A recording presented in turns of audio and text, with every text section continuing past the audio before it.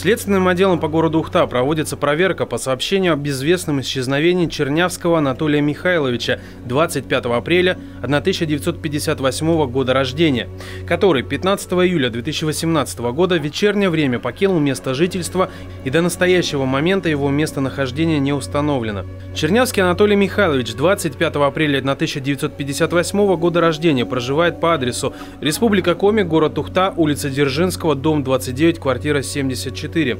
Приметы: на вид 55-60 лет, рост 170-175 сантиметров, среднего телосложения, волосы короткие седые, левая рука в полусогнутом положении, на зубах сверху, спереди золотые коронки. Был одет рубашка с воротником с цветными пятнами красного и болотного цвета, синие джинсы, черные ботинки. 15 июля в вечернее время неустановленный водитель на неустановленном автомобиле подвозил Чернявского и находившуюся при нем женщину от магазина «Миша» на улице Авиационная до улицы Дзержинского, город Ухта, а потом довез их до СНТ «Динамо», где и оставил, по просьбе последних. В настоящее время имеется необходимость в восстановлении водителя автомобиля, который подвозил Чернявского и находившуюся при нем женщину.